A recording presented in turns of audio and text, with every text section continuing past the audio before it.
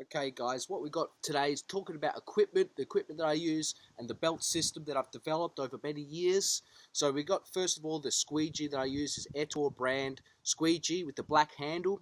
The brass handle will slip. And what you see here is I've got the 12-inch shaft. Now a lot of window cleaners, they'll use 16-inch shaft, 18-inch shaft. You're not going to be able to cut in your edges properly. We used the 14-inch for many years. We switched to the 12. You could just get that window that's a little bit smaller and cutting your edges a little bit easier.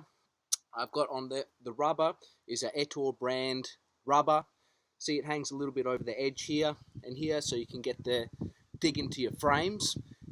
So you can use maybe a Pull-X rubber, but it's a little bit more flimsy.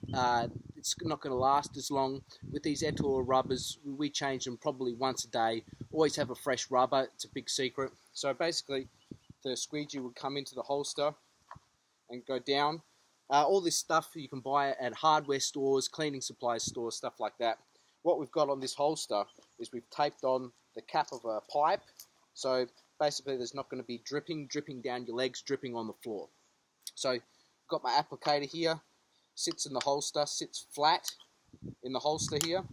It sits flat because if it sits down like this, you're going to always be dripping on the floor. Got my two screwdrivers here.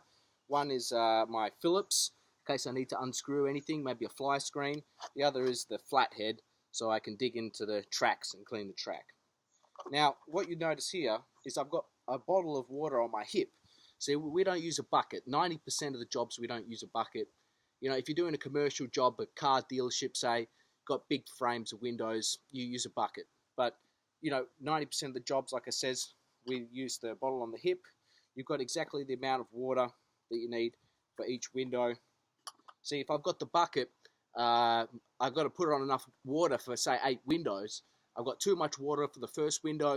By the time I got to the last window, I'm running dry, and I've got to always go back, pick up my bucket. You're constantly walking back and forth all day to pick up the bucket. Say what happens if I need to go up a ladder.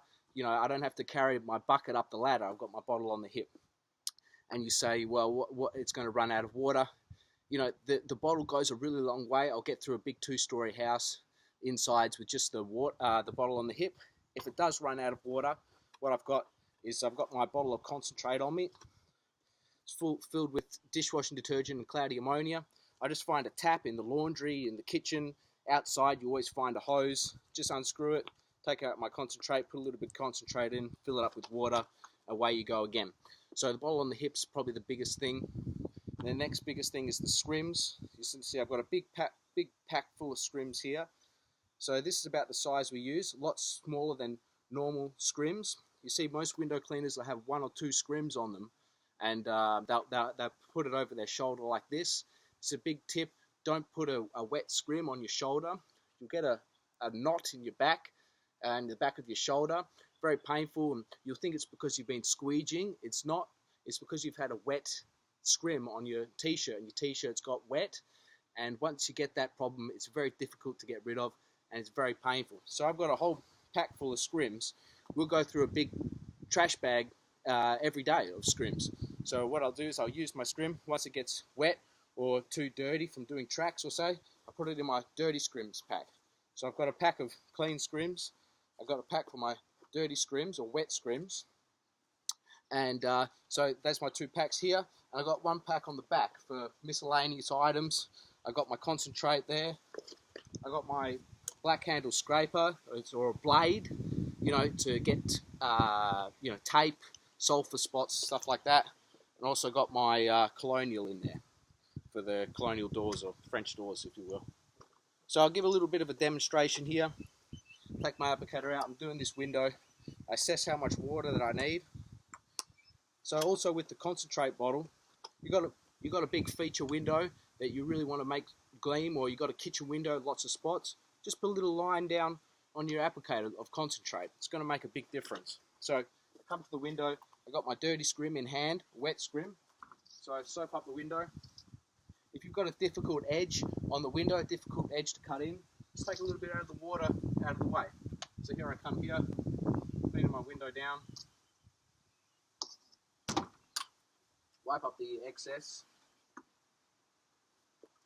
Now this window's got a track on it, so I take out my flathead, clean up the track. Now in case I've left any marks or anything on the window, I take out my clean scrim, wipe around it like that. See, these are microfiber cloths. You get them from maybe a car dealership, and they don't leave any dust on the window when you clean it up. That's it, fans. Oh my God, amazing. Talk to you next time.